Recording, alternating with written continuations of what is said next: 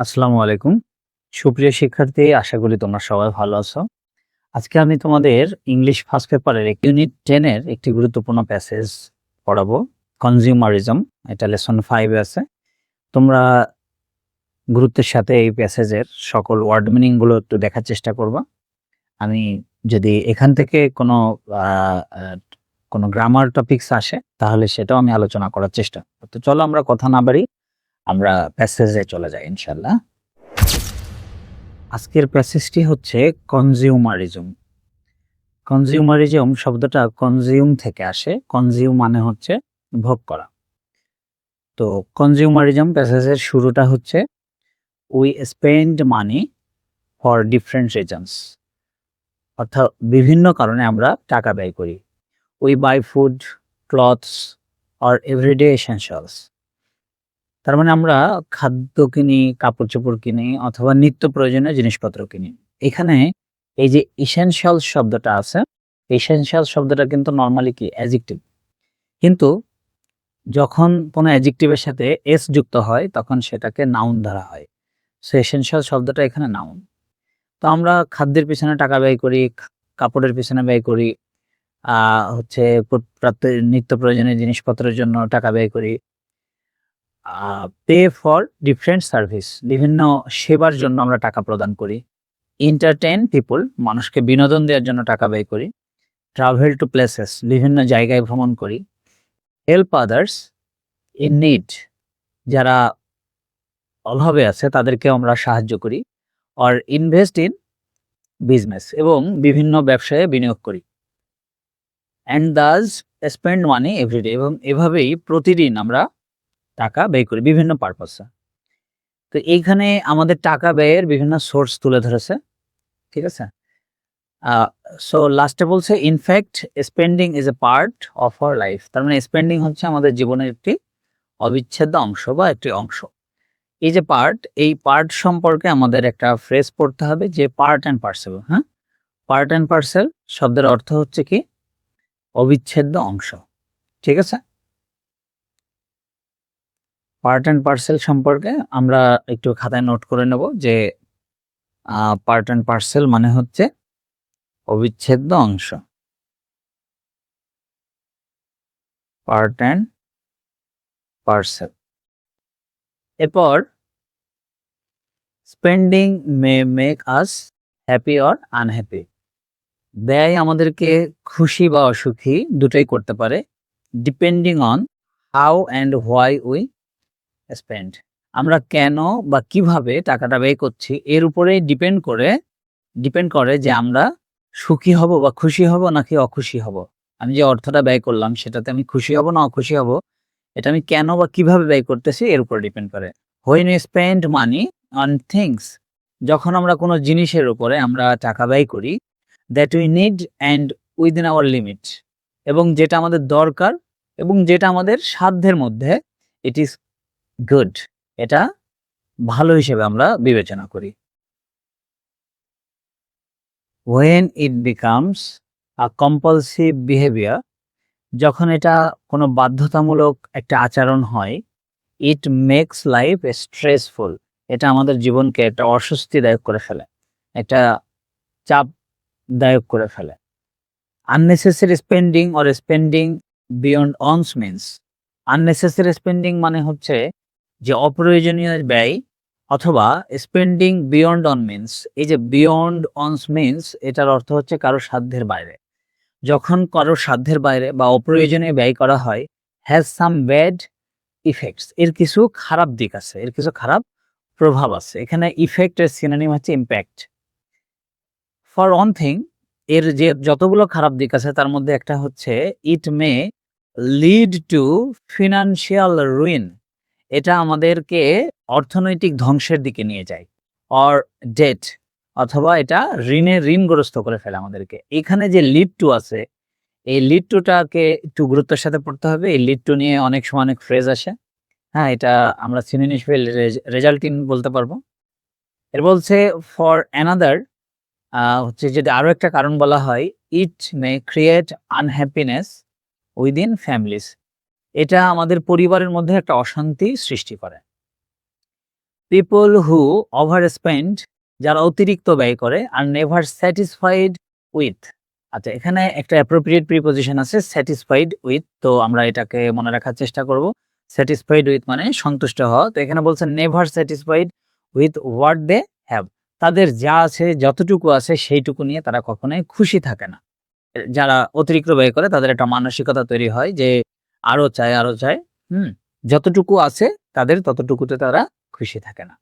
They always rush for brands, তারা ব্র্যান্ডের পিছনে ছোটে, যে নামি দামি বিভিন্ন কোম্পানির পিছনে ছোটে যারা নাম করা। এখানে ব্র্যান্ড বলতে বোঝাচ্ছে নাম করা যে কোম্পানিগুলো আছে, প্রতিষ্ঠিত যে কোম্পানি।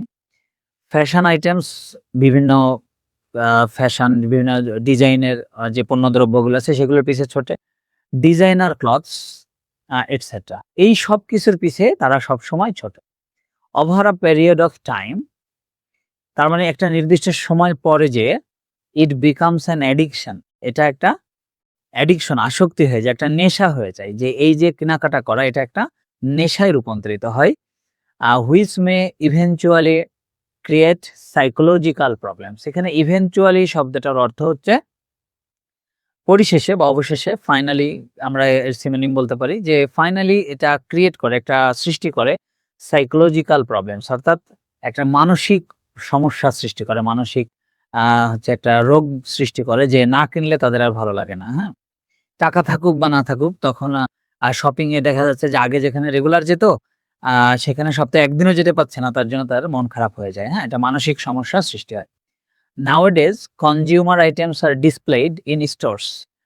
ডিসপ্লেড মানে প্রদর্শন করা, এটা এক্সিবিশন আমরা সিনোনিম হিসেবে বলতে পারি। তো বর্তমানে কনজিউমার আইটেমস, যে ভোগ্য পণ্যগুলো আছে এগুলো ডিসপ্লে করা হয়, প্রদর্শন করা হয় ইন স্টোরস, বিভিন্ন দোকানে, অর ইন অ্যাডভার্টাইজমেন্টস, অর্থাৎ বিভিন্ন বিজ্ঞাপনে, ইন ওয়েজ দ্যাট, এমন ভাবে বিজ্ঞাপনটা বানানো হয়, দে ক্রিয়েট আ ফিলিং, একটা অনুভূতির জন্ম দেয় আমাদের মনে, অফ ইমিডিয়েট নিড, মনে হয় যে আমাদের এখনই দরকার, তাৎক্ষণিকভাবে এটা আমাদের দরকার, ফর দেম, ওই পণ্যগুলো। উই আর কনস্ট্যান্টলি মানে হচ্ছে সাথে সাথেই আমরা টেম্পটেড হয়ে যাই, বা প্রতিনিয়ত আমরা টেম্পটেড হয়ে যাই টু বাই, ওই জিনিসটা কেনার জন্য, ইউজ, ওটা ব্যবহার করার জন্য, অর কনজিউম, অথবা সেটাকে ভোগ করার জন্য, থিংস, ওই জিনিসটা, even when we don't have a genuine need, আমাদের সত্যিকারের নিড না থাকা সত্ত্বেও, প্রয়োজন না থাকা সত্ত্বেও দেখা যাচ্ছে আমরা সেগুলোকে কেনার জন্য, ব্যবহার করার জন্য বা ভোগ করার জন্য আমরা টেম্পটেড হই। এখানে টেম্পটেড শব্দটা কি অর্থে লেখা? এখানে টেম্পটেড শব্দটা অর্থে লেখা হচ্ছে আমরা প্রলুব্ধ হই, আমরা ফাঁদে পড়ে যাই, তাদের ফাঁদে পড়ে যাই। We all need to be careful here, এখানে আমাদের, এক্ষেত্রে আমাদের সতর্ক থাকতে হবে। সেলস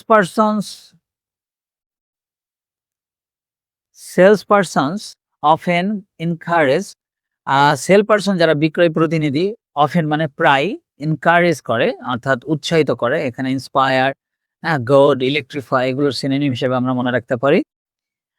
কাস্টমার্স, বিক্রয় প্রতিনিধিরা যারা ক্রেতা তাদেরকে উৎসাহিত করে প্রায়, to buy things by flattering them, তাদেরকে ফ্লার্ট করার মাধ্যমে, তাদেরকে প্রতারণা করার মাধ্যমে, হ্যাঁ, তাদেরকে দেখা যাচ্ছে যে প্রলুব্ধ করার মাধ্যমে, বিভিন্ন হচ্ছে তাদেরকে সন্তোষজনক কথা বলে তাদেরকে ফ্লার্ট করার চেষ্টা করে, তাদেরকে ধোঁকাবাজি করে আর কি, তাদেরকে ধোঁকাবাজি করে পণ্যগুলোকে তাদের দ্বারা কেনানোর চেষ্টা করে। তারা কি বলে? This is a perfect match for you, এই যে একটা মানে ধোঁকাবাজি কথা, যে এটা আপনাকে খুবই ভালো মানিয়েছে, দে উড সে, তারা এই কথাগুলো বলে। অর এছাড়াও আরো যে কথা বলে যে ইউ লুক সো স্টানিং মানে কি? চমৎকার, ইন দ্যাট ড্রেস, তার মানে এই যে ড্রেসে আপনাকে চমৎকার লাগছে, এই ধরনের কথাগুলো তারা বলে কাস্টমারদেরকে ফ্লার্ট করার চেষ্টা করে, তাদেরকে ধোঁকা দেওয়ার চেষ্টা করে। Never forget, they say the same thing to most of their customers, কখনো ভুলে যাওয়া উচিত নয় আমাদের, বা ভুলো না, এখানে একটু ইম্পারেটিভ বলেছে যে কখনোই ভুলো না বা ভুলবেন না, যে তারা এই একই কথা তাদের বেশিরভাগ কাস্টমারদের সাথেই তারা এটা বলে থাকে। So it's better not to be persuaded, এই যে পারসুয়েড মানে হচ্ছে কি কাউকে বোঝানো, কাউকে বুঝিয়ে রাজি করানো।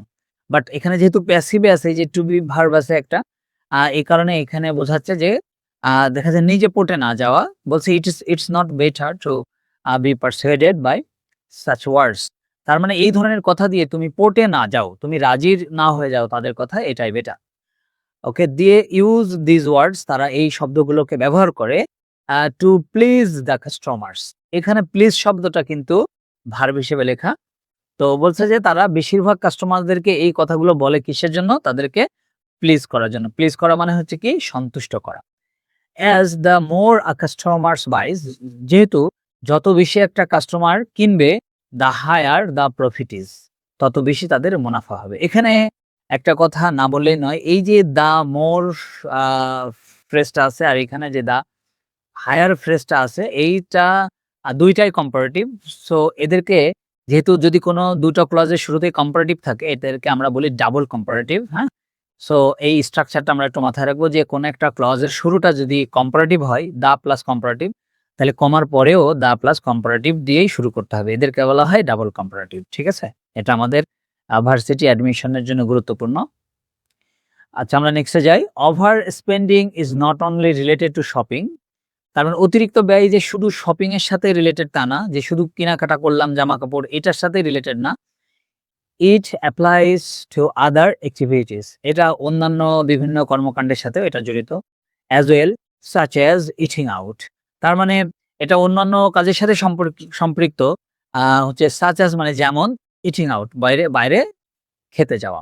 আচ্ছা, এই যে অ্যাজ ওয়েল এখানে কি মিনিং করেছে? আমরা অনেকে অ্যাজ ওয়েল অ্যাজ পড়ি, কিন্তু কখনো যদি আমরা অ্যাজ ওয়েল পাই তাহলে এটা অলসোকে রিপ্রেজেন্ট করে। অলসো মানে যেমন আরো, এখানে অ্যাজ ওয়েলটাও আরো অর্থে ব্যবহার করা। যেমন এখানে বলছে যে ইট অ্যাপ্লাইজ, এখানে বলতে পারতো it also applies to other activities. Also যখন বাক্যের শেষে বসে তখন এটা অ্যাজ ওয়েল হয়ে যায়।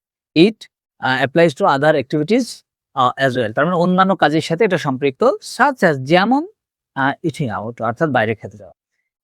Many people buy too many items, অর্থাৎ অনেক মানুষ অনেক বেশি খাবার কেনে to eat in a restaurant, অর্থাৎ বিভিন্ন বা একটা রেস্টুরেন্টে যায়, একটা রেস্তোরাঁয় যায় অনেক বেশি খাবার তারা অর্ডার করে বা কেনে।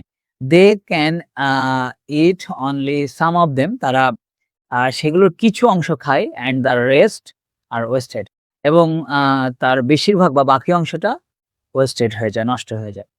It's not a responsible attitude, এটা মোটেও একটা দায়িত্ব সম্পন্ন আচরণ হতে পারে না। We can't simply waste food, আমরা হচ্ছে সাধারণভাবেই কোনো খাবার নষ্ট করতে পারি না। Because we have money to buy it, আমাদের টাকা আছে, আমরা কিনতে পারবো, শুধু এইমাত্র এই কারণেই আমরা খাবার ব্যয় অপচয় করতে পারি না।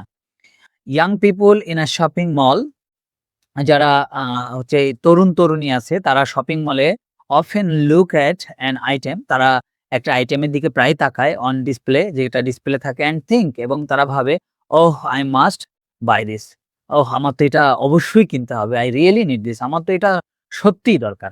দেখা যাচ্ছে তাদের দরকার নাই, কিন্তু একটা আইটেম তো পছন্দ হলেই ভাবে যে তাদের এটা কিনতেই হবে। They may not have the money needed in their wallet. হ্যাঁ, তাদের দেখা যাচ্ছে তাদের যে মানি ব্যাগ, সেই মানি ব্যাগে তাদের যে ব্যাগে টাকা নাই, তবুও তারা সেটাকে কিনতে চায়। So they use credit cards, সো তারা তখন তাদের যে ক্রেডিট কার্ড থাকে সেই ক্রেডিট কার্ডটা ব্যবহার করে। তো আমরা কম বেশি সবাই জানি যে ক্রেডিট কার্ড কিন্তু আমার গচ্ছিত কোনো টাকা না। ব্যাংক আমাকে সেটা ব্যবহার করার সুযোগ দেয়, ক্রেডিট কার্ড যাদের কাছে থাকে, যে তুমি নির্দিষ্ট পরিমাণ, যেমন ৫০,০০০ বা ১,০০,০০০, এটা তাদের ব্যবসায়ের যে লেনদেনের উপর ডিপেন্ড করে, তাদেরকে লোন দেয়। হ্যাঁ, সো এখানে বলাই আছে, but using them is like taking a loan, তার মানে এটা ব্যবহার করা একদম লোন নেয়ার শামিল, ঋণ নেয়ার শামিল। If they are not careful, যদি তারা কেয়ারফুল না থাকে, দ্য লোনস ইনক্রিজ, এই লোনটা আস্তে আস্তে কি হয়? বেড়ে যায়। Which might lead them to a debt trap, এই যে ডেট ট্র্যাপ মানে কি? ঋণের ফাঁদ, তারা ঋণের ফাঁদে পড়ে যায়। এই জায়গায় যে ডেট শব্দটা আছে, এটা বিটি আছে, আমরা কোনো শব্দের শেষে যদি বিটি শব্দ পাই, আমরা বিটাকে সাইলেন্ট করে উচ্চারণ করব, যেমন ডেট। আর এছাড়াও আছে ডাউট। হ্যাঁ, হচ্ছে এই শব্দগুলোকে আমরা সাইলেন্ট রাখার চেষ্টা করব। তো ডেট ট্র্যাপ মানে কি? ফাঁদ, আমরা এই ঋণের ফাঁদে পড়ে যাই। সামটাইমস, মাঝে মাঝে চিলড্রেন ইনসিস্ট অন, আমরা এই শব্দটাকে একটু মনে রাখার চেষ্টা করব। ইনসিস্টের পরে সব সময় অন বসে, হ্যাঁ? আচ্ছা, বাইং থিংস, তার মানে বাচ্চারা অনেক সময় জেদ করে বা মাঝে মাঝেই তারা জেদ করে কোনো জিনিস কেনার ক্ষেত্রে, that their parents can not pay without stretching their budget. অর্থাৎ পিতামাতারা তাদের যে বাজেটটা আছে সে বাজেটটাকে স্ট্রেচ করা ছাড়া সেটাকে কিনে দিতে সক্ষম হয় না। This may happen because the children's friend also have them. তার মানে এই বাচ্চারা কেন জিদ করে? কারণ তাদের ফ্রেন্ডদের কাছেও এটা আছে, এই কারণে তারা এটা কিনতে চায়। It's not it's not fair, এটা আসলেই ঠিক নয়।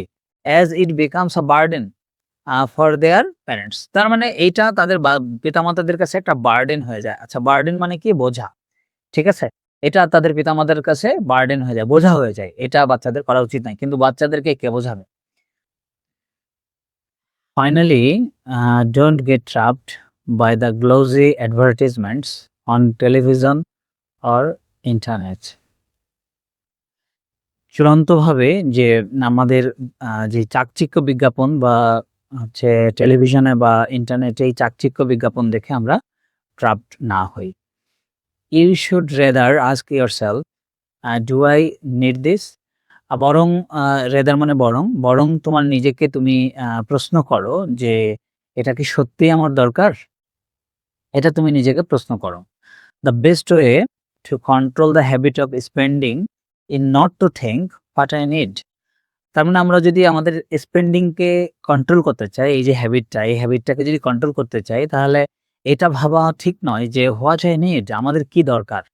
বাট কিন্তু আমাদের ভাবা দরকার can I do without it, এটা ছাড়া কি আমরা চলতে পারবো না?